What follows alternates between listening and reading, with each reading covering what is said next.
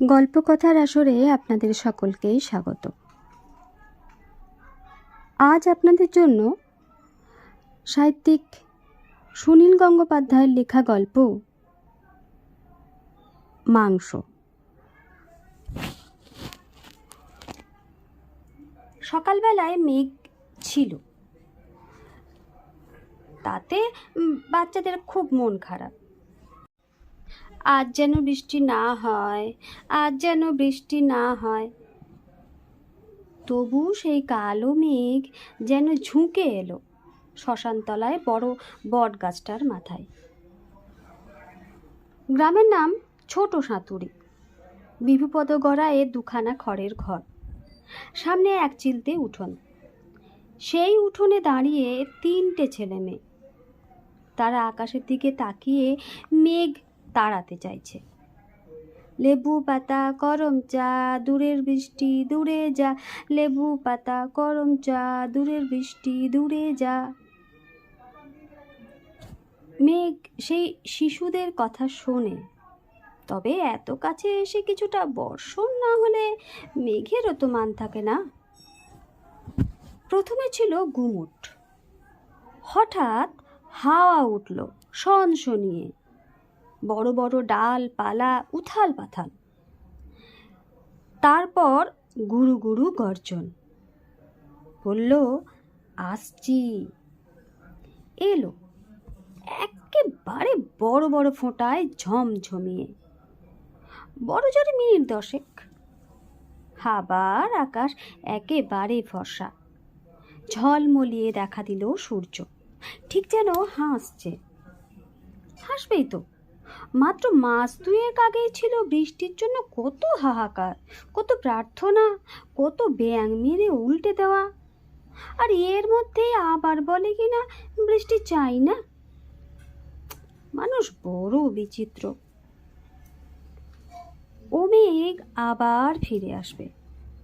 এখন শুধু এই বাচ্চাদের আবেদনে সরে গেল কিছুটা দূরে। আজ ওরা বেড়াতে যাবে। রাস্তাঘাট এমনিতেই থিকথিকে কাদা। বৃষ্টি চলতে এখন বেরোবার প্রশ্নই ছিল না। কিন্তু বাচ্চারা আর ধৈর্য রাখতে পারছে না। বিভুপদ দাঁড়িয়ে আছে বাইরে। সুরবালার একটু দেরি হচ্ছে। বিভুপদ একবার হাঁক দিল, কই রে? আর দেরি করলে বেলাবেলি পৌঁছতে হবে তো। মেয়েটাও চেঁচিয়ে পড়ল, আয় মা আয়। মেয়েটার বয়স 7। ভাই দুটোর একটা 9, একটা 6। একেবারে ছোটটাকে ন্যাড়া করা হয়েছে কিছুদিন আগে। খুব উকুন হয়েছিল। হাতে একটা পুটুলি নিয়ে বড় ঘরকানি থেকে বেরিয়ে এলো সুরবালা। দরজায় শেকল তুলে একটা ছোট তালাও লাগালো। সুরবালার বয়স 30-এর এধারে ওধারে। ঢ্যাঙ্গা চেহারা, অদ্ভুত নিথর ধরনের মুখ। সে মুখে রাগ, দুঃখ, আনন্দ, অভিসার কিছুই যেন ফোটে না। চাবিটা বিভুপদকে দিয়ে সে বলল, তাহলে চলা করো। একটু আগে পত্নীকে সে তাড়া দিচ্ছিল।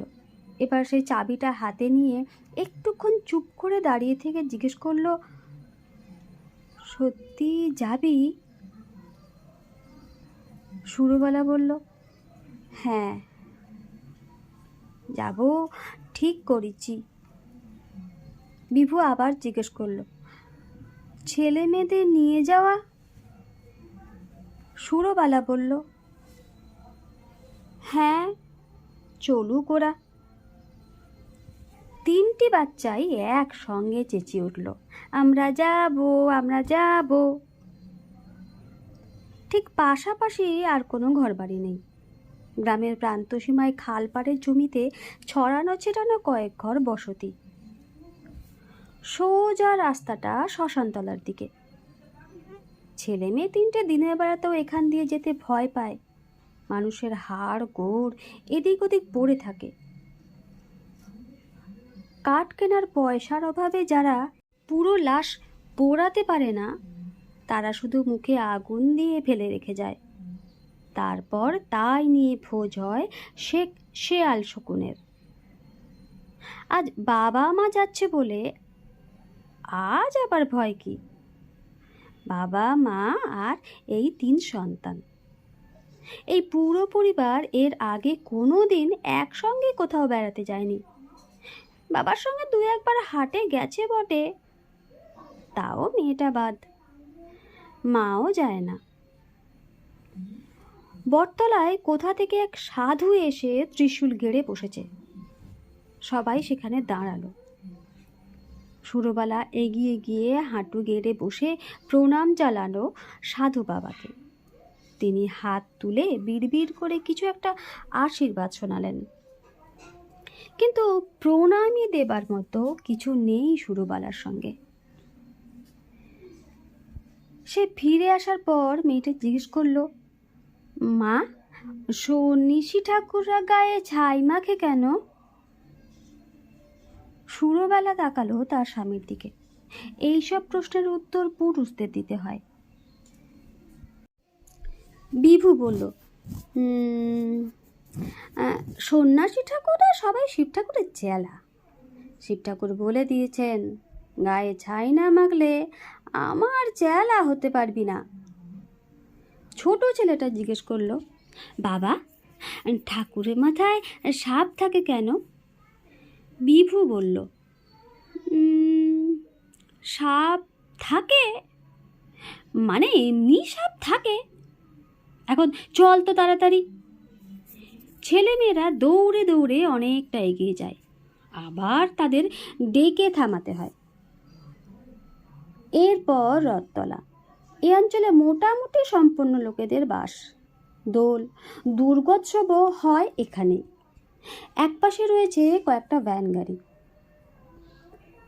অনেকটা দূরের পথ, হেঁটে যাওয়া যেতে পারে বটে, তাতে ফিরতে ফিরতে ঢের রাত হয়ে যাবে। তাছাড়া বিকেলের আগেই গন্তব্যস্থানে পৌঁছবার কথা।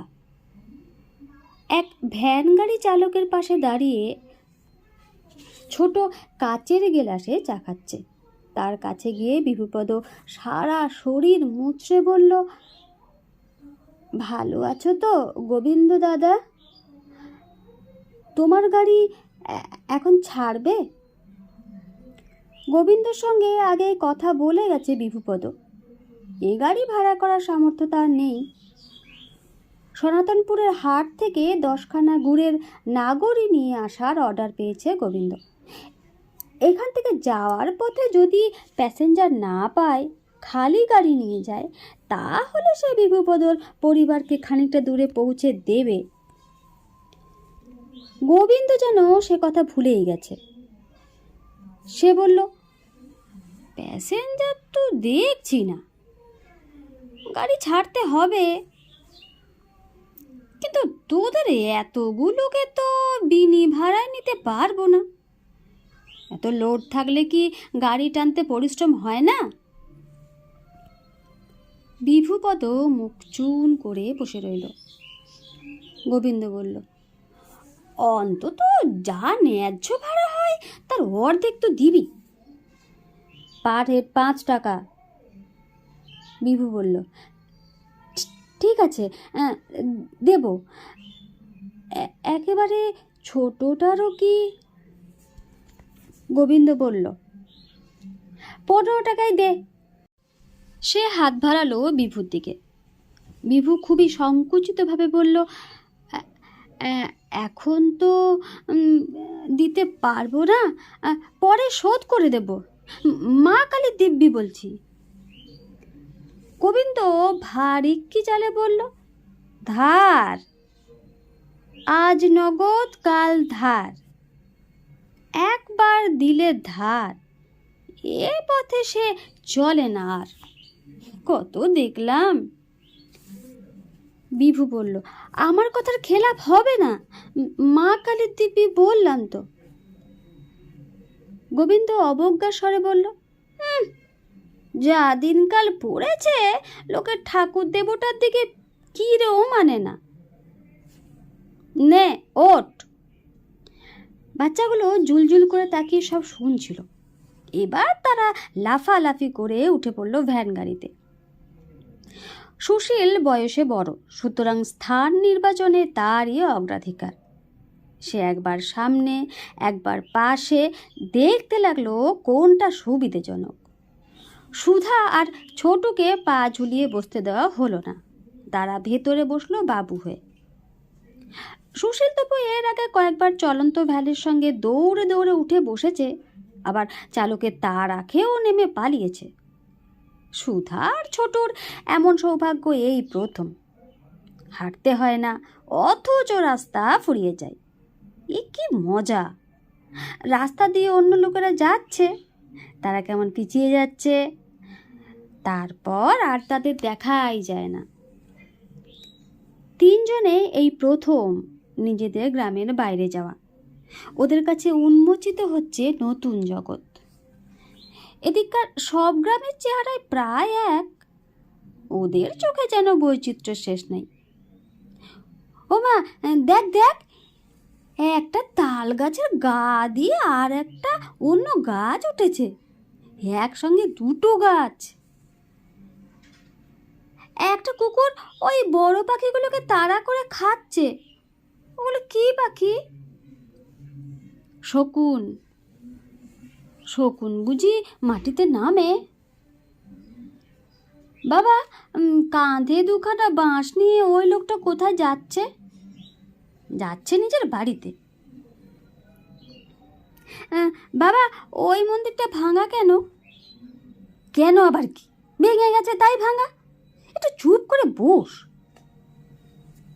ছোটটারই প্রশ্ন বেশি, সে চুপ করে থাকতে পারে না। একটু পরে সে আবার কিছু জানতে চায়, তাকে ধমকও খেতে হয় সেই জন্য।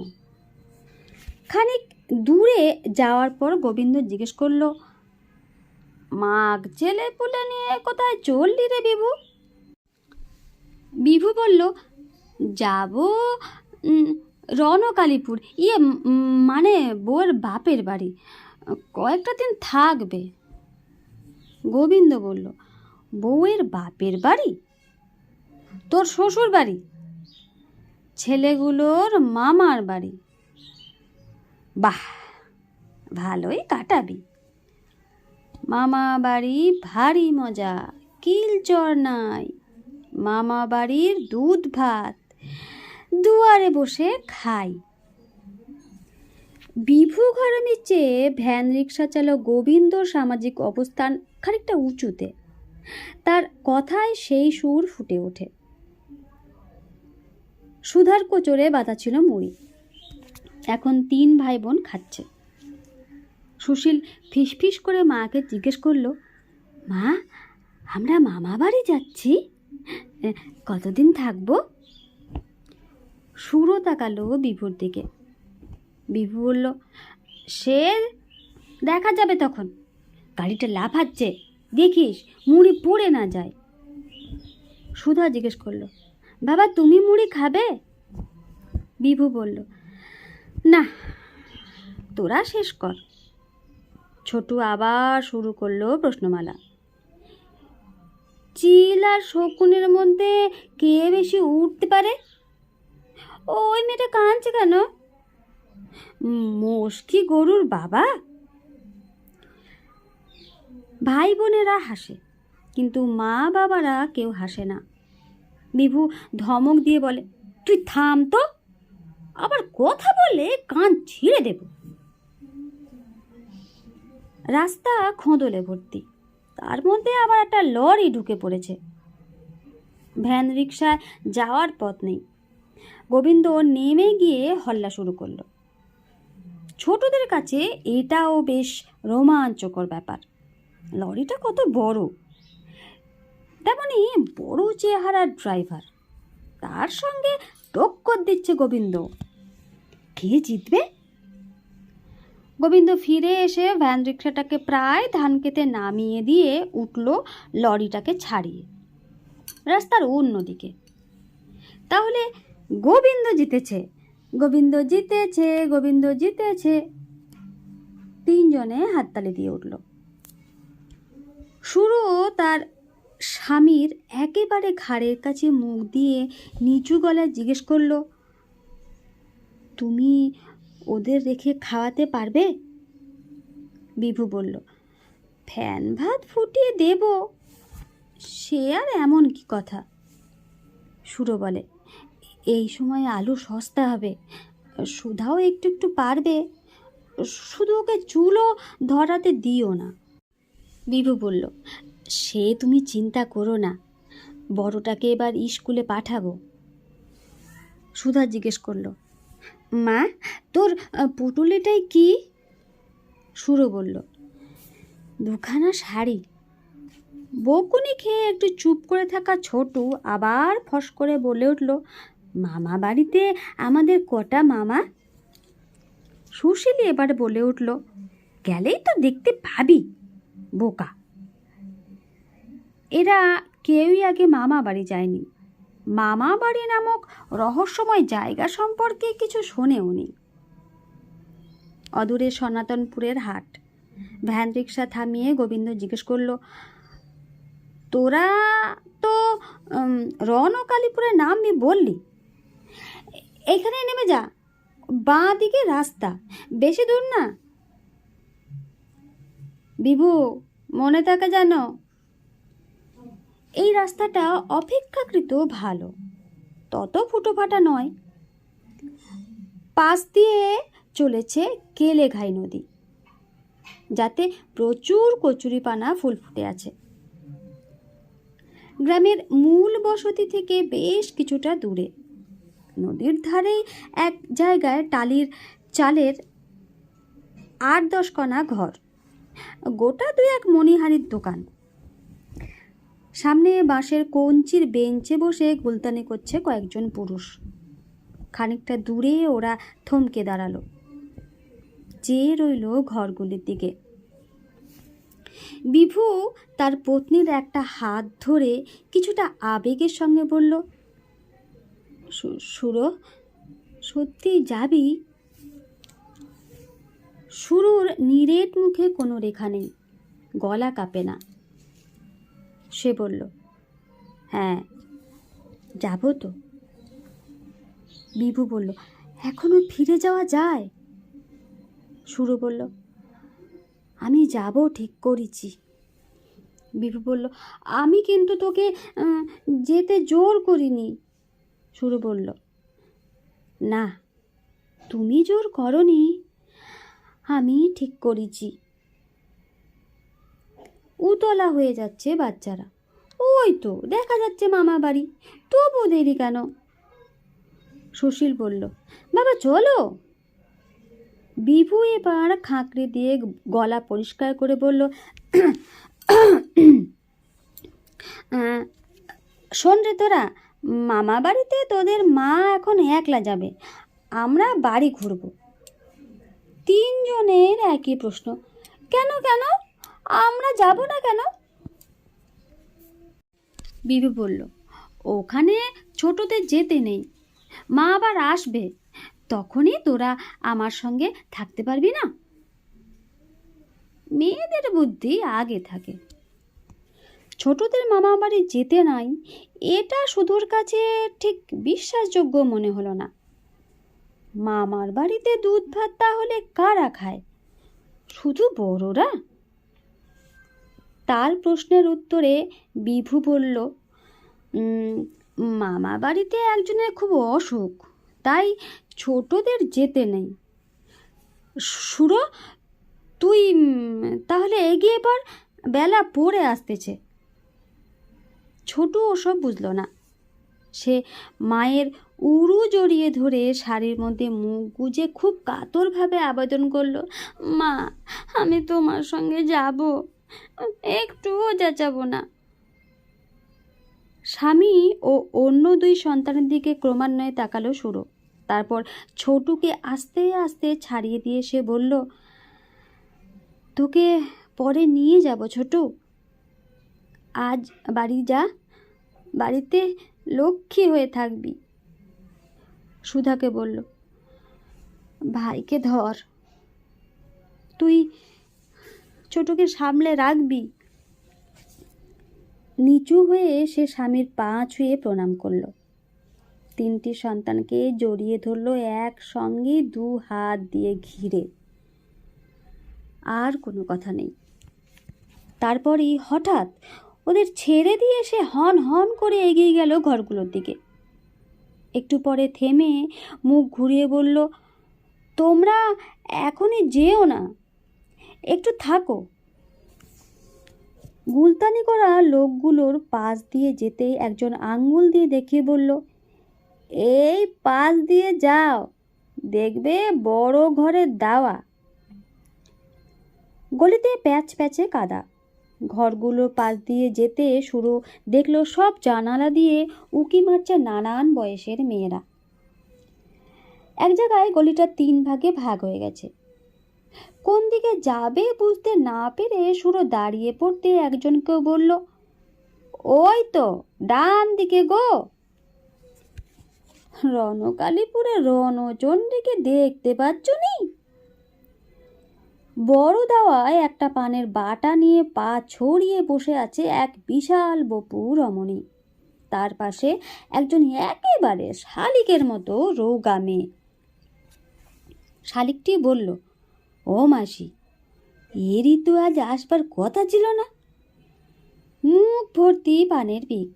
রসস্ত গলায় সেই মাসি বলল, এসো গো বাছা, এসো, বসো। সর্বাঙ্গে কয়েকবার দৃষ্টি বুলিয়ে নরম গলায় মাসি বলল, কপাল পুড়েছে এও না বেদবা?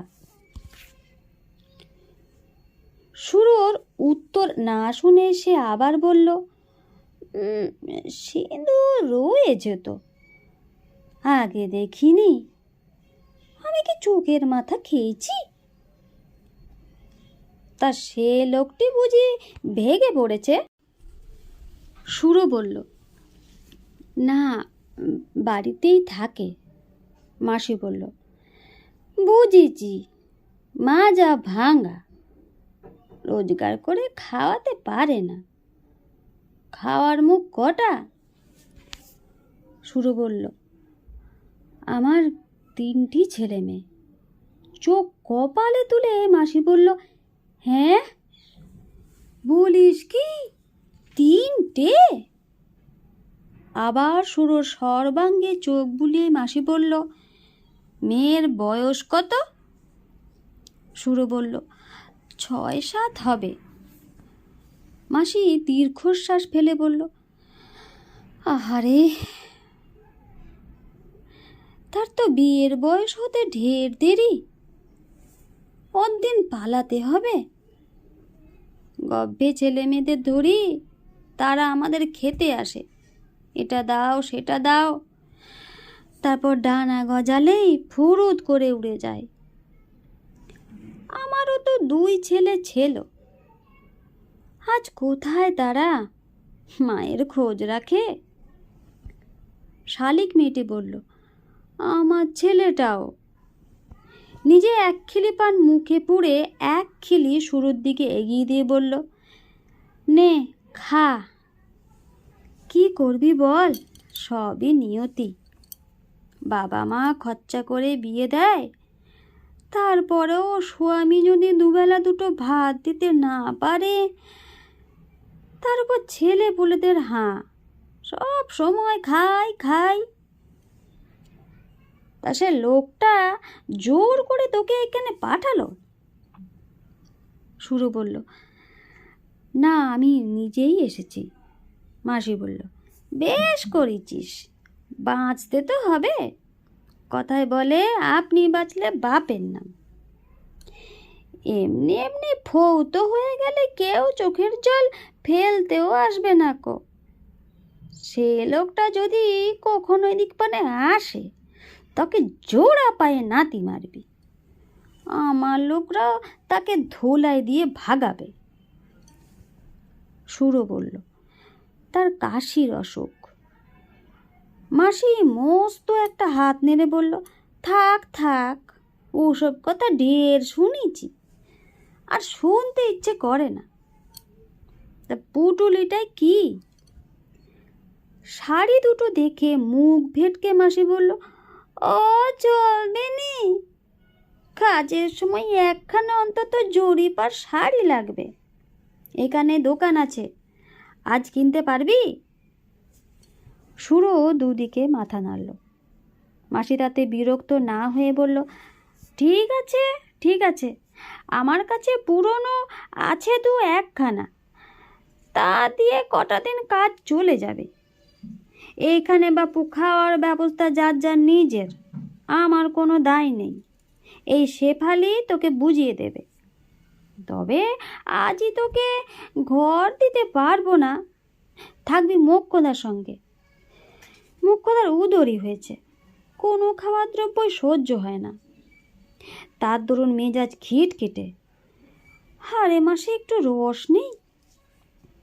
খদ্দেরের সঙ্গে ও মেজাজ দেখায়। ৩-৪ জন নালিশ করেছে আমার কাছে। বোঝো ঠেলা, ঠিক মতো যত্ন আত্তি করবে না, তার উপর খ্যাট খ্যাট করবে। ছ্যা ছ্যা ছ্যা। খদ্দেরের নাকি দোষ? খদ্দের হলো লক্ষ্মী, তাদের কোনো দোষ ধরতে আছে? মোক্ষদা আড়াল থেকে যদি শোনে তো শুনুক, তাকে আমি এবার দাঁড়াবো 2-3 দিনের মধ্যেই।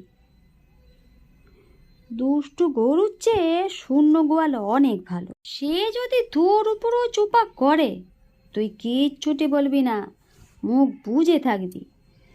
যা বিহিত করার আমি করব। যা এখন শেফালির সঙ্গে যা, ও ঘর দেখিয়ে দেবে। শুরু তবু বসে রইল মাসির মুখের দিকে চেয়ে। মাসি বলল, কি হলো, ওঠ, হাই ভাঙার সময় হলো, এবার খদ্দেররা আসবে। মাটির দিকে মুখ নিচু করে শুরু বলল, আমায় 200 টাকা দেবেন? এবার মাসির মুখের ভাব বদলে গেল একেবারে। মেচেতা ভরা মুখ যেন আগুনের আঁচ। কড়া গলায় সে বলল, টাকা? কিসের টাকা?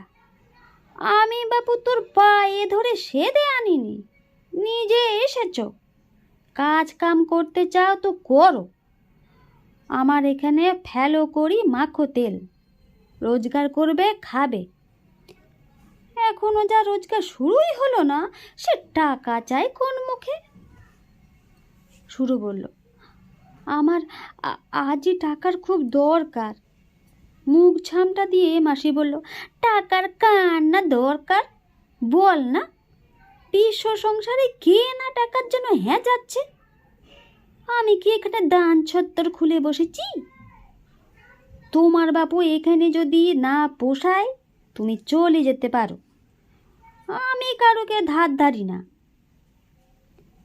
সুরো বলল, ছেলে মেয়েগুলো বাইরে দাঁড়িয়ে আছে, ওদের হাতে কিছু না দিতে পারলে কাল ওদের কিছু খাওয়া জুটবে না।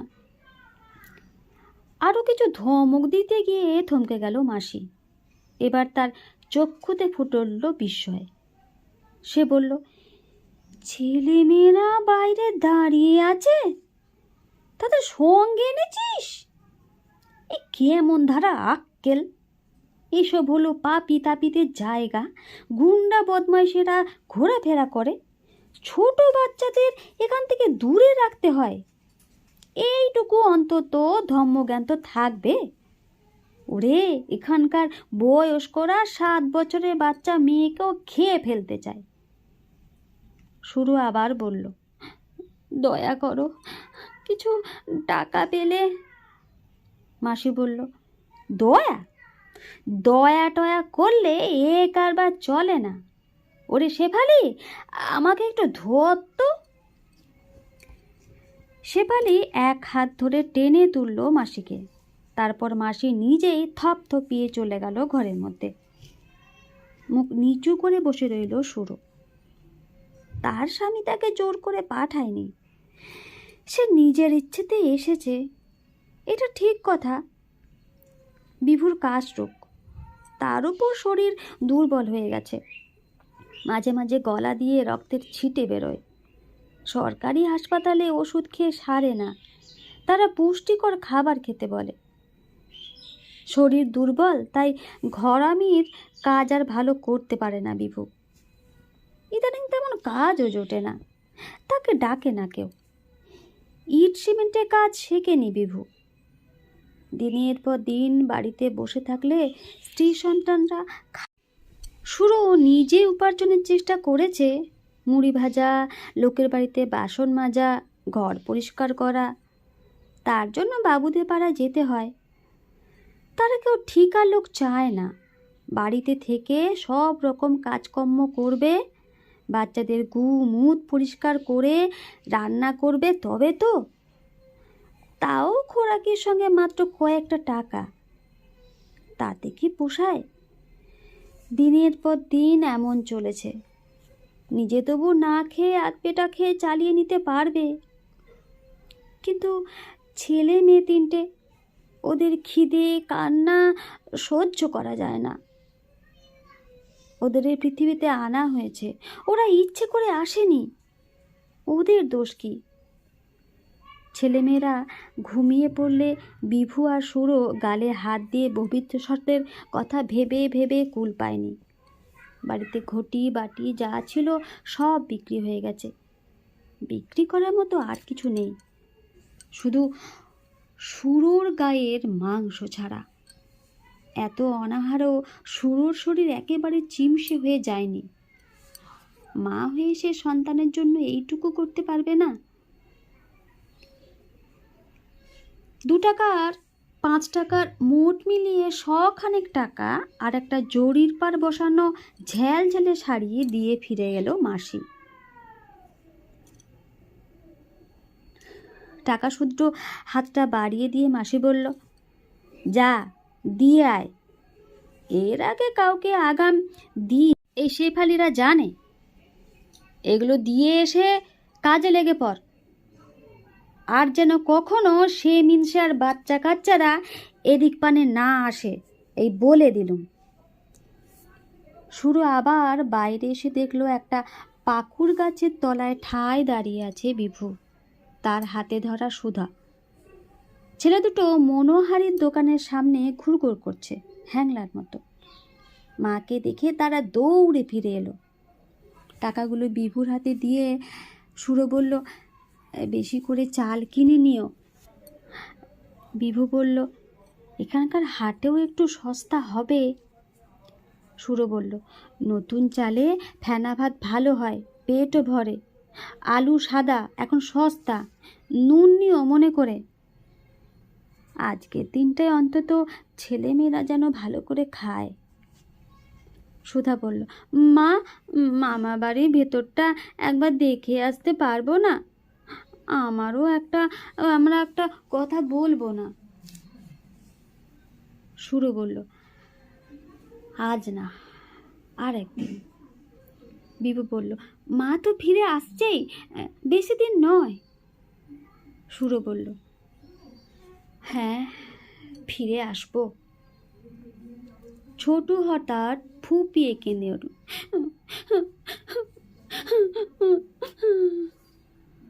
সুরো বলল, ওদের কটা লজেন্স কিনে দাও।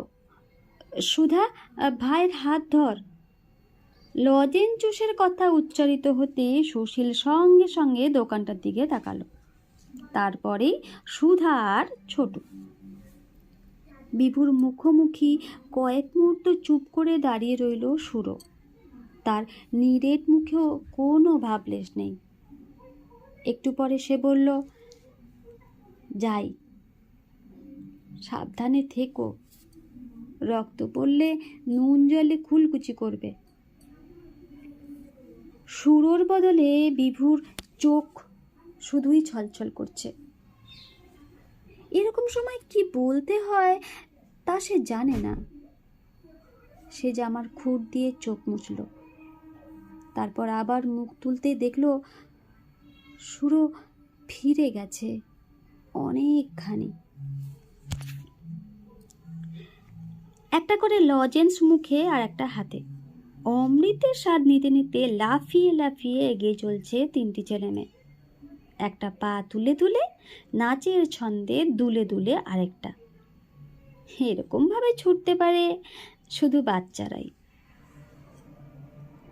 নমস্কার।